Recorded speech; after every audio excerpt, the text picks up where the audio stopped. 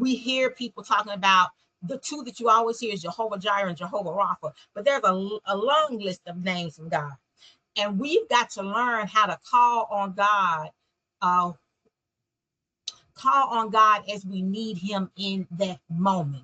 If you need provision, then call on him as Jehovah Jireh. If you need healing, then call on him as Jehovah Rapha. Call on him as Jehovah Rapha. If you need him as your banner that goes before you, call on him as Jehovah Nissi. If you need him as the Lord of armies, you need to fight your battle, then call him as Jehovah Sabaoth. You see, there's some stuff that goes with that. If you are praising him because he's God Almighty, then you can call him El Shaddai.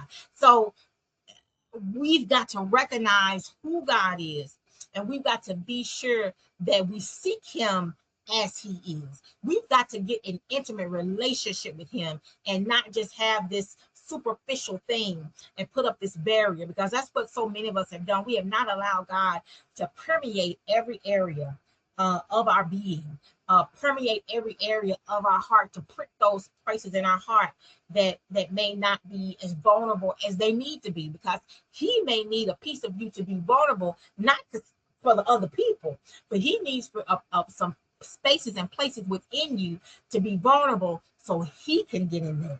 He needs some spaces and places within you to be vulnerable so he can do a thing.